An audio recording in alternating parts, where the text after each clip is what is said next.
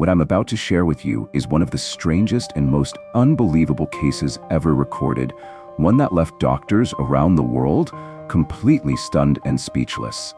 Imagine waking up, but not in your bed, not in a hospital, not even from a dream. You wake up inside your own body, but you can't move, can't speak, and no one around you even knows. You're awake, you're conscious, and you're trapped. This is not science fiction. This is the true story of Martin Pistorius, a boy who disappeared into silence for 12 long years. Martin was a normal, cheerful 12-year-old boy from South Africa. He loved electronics. He loved cartoons, especially Tom and Jerry. And like most boys his age, life was just beginning. Then, one day in 1988, he came home from school feeling sick, a sore throat. Nothing serious, or so they thought. But within a few days, Martin stopped eating. He started sleeping all day. Then he stopped speaking. Then he stopped moving altogether. His body just shut down. Doctors were baffled. They tested for everything: TB, meningitis, epilepsy. No answers. Eventually, they gave a vague name: cryptococcal meningoencephalitis, a rare brain infection. But the truth, they had no idea what was happening.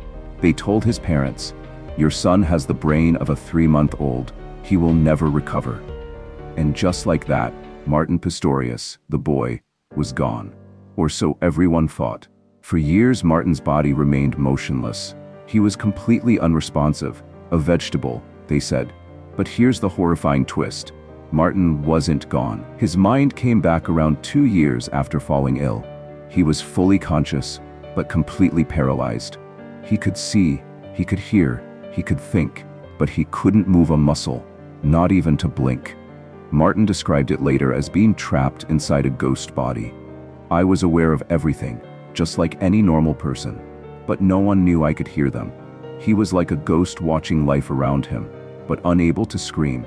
At first, he tried to make small movements, a twitch of a finger, a grunt, anything, but no one noticed. After a while, he gave up, and that's when the real nightmare began. He was sent to a care center. Every day was the same.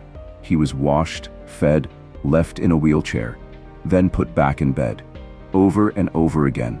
Sometimes the caregivers would talk over him, like he was furniture. But what really broke him was what his mother once said.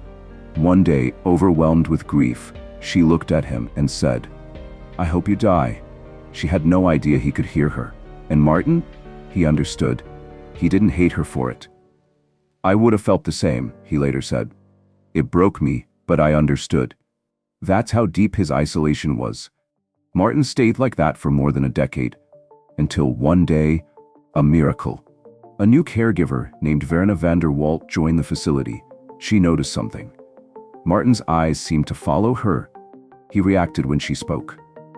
Everyone thought she was imagining things, but she pushed and pushed. Finally, at age 25, 13 years after his illness began, Martin was sent to a special center for testing. They showed him objects and watched for responses. Then, the impossible happened. Martin communicated. He was there. He had been there the whole time. From that day on, everything changed. With the help of a computer that spoke for him, Martin finally began to talk again.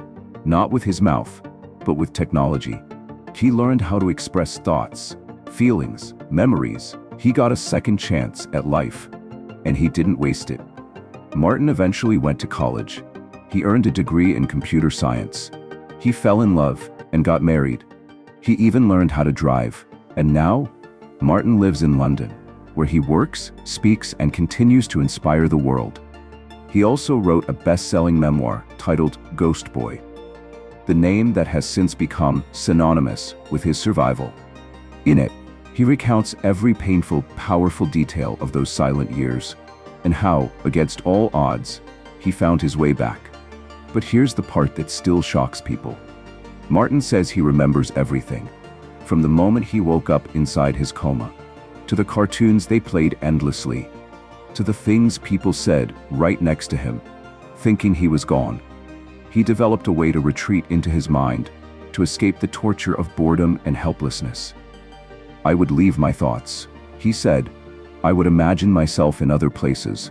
I built a world in my head to survive. When asked what it was like, he said, it's like being a ghost. You're there, but no one believes in you. Martin Pistorius was a boy forgotten by the world, abandoned by medicine, trapped in silence. But he survived the unthinkable. He endured 12 years of solitary confinement inside his own body, and he came back to tell the story. His journey is a reminder. Never assume someone is not there just because they can't speak, because behind those silent eyes might be a mind screaming to be heard.